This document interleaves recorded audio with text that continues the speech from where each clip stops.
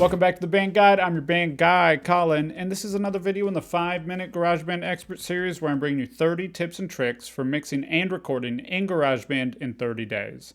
Today, I want to talk about saturation. Saturation is a great tool to help you get warmth in your mix, to just help your mix sound a little bit more organic and a little warmer. Saturation is kind of the element that is often added with old analog gear or with vintage gear. Analog gear has circuitry that adds just a little bit of harmonic content, which is essentially distortion, into your mix. That just helps everything fill out, take up a little bit more space, just gets a little bit more body into everything. We lose that when we're working completely in the box, when everything we're doing is all digital, or when we're just recording directly from our interface that has a nice clean preamp directly into our computer. That's okay though, because there's ways around this. You don't need to worry about getting that analog gear that's going to cost you thousands and thousands of dollars. It can help in some ways to have that, to just help layer on your tracks already having some of that harmonic content built in, but you don't necessarily need it. There's a great way for free to do this right inside of GarageBand. So saturation, there's a few different ways to think about it. I always like to think about from top down. So first, is there anything that I can do on the master track that's going to affect my overall mix? If I can do a little bit of saturation there, I might not even want or need it on any of the individual tracks. So let's go ahead and dive into two examples. I'm going to show you two ways that I often use it in a mix. And we're going to start on this master track. So on the master track, I've already put this IVGI 2. This is a free plugin from Klanghelm. And this plugin just gives us a nice little bit of saturation in what we're recording. So let's listen to this without this plugin, and then I'll turn it on. It's like they're calling your name on the way back home. You never get over it. Oh, it's like they're calling your name on the way back home. You never get over it. Oh. See how there's just a little bit more body every time that plugin's on? It's awesome.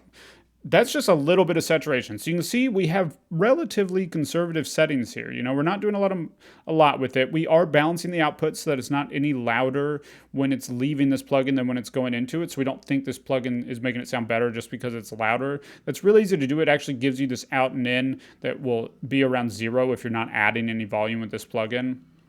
And then you just want to find a frequency response up here. This is from low frequencies up to high frequencies. And you set it, and at that point, it just really grabs you, sounds good to your ears. So usually I set my drive a little bit high, find my setting that sounds good, and then I dial the drive back down, and then I balance the volume. And this is just adding warmth to the mix. The whole mix sounds fuller, sounds bigger, and all it is this one plugin. I typically would put it after you've done your EQ, after you've done your compression, do just a little bit of saturation at that stage. You could also do this at the beginning of the mix, first plugin in your chain. It's really up to you what you think is going to be best for you. I typically put it at the end. Sometimes like EQ after as well. I'll do an EQ that's kind of corrective, and then I'll do compression and saturation, and then I'll do an EQ after if I just notice I want a little bit more of something or a little less of something.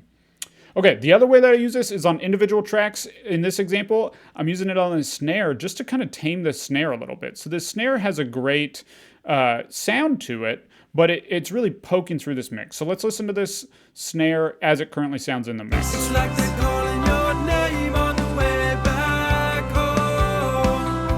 You never get over. It just has a fair amount of high frequencies, but I don't necessarily want to bring it down in volume. I actually really like the energy where it's sitting. And I don't necessarily want to like EQ out those frequencies because I also think those are cutting through the mix well. So I'm just going to use a little bit of saturation to just kind of scale back, tone down the snare drum a little bit. Let's listen to this. It's like they're calling your name on the way back home.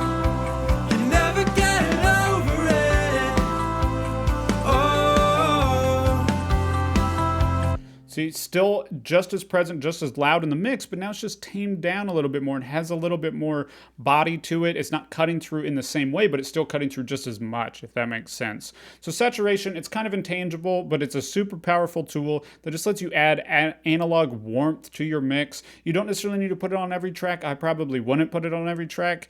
Again, this is a free plugin from Klanghelm. I'll link to it in the description below. And if you want to get a pro mix in GarageBand, be sure to grab my 6-step checklist to a pro mix in GarageBand. It's completely free. I'll link to it in the description below. You can grab that. It will help you walk through the 6 steps to a pro mix in GarageBand and get a more professional sounding mix with what you already have completely free. If this video was helpful, be sure to subscribe, and I'll see you tomorrow with another video.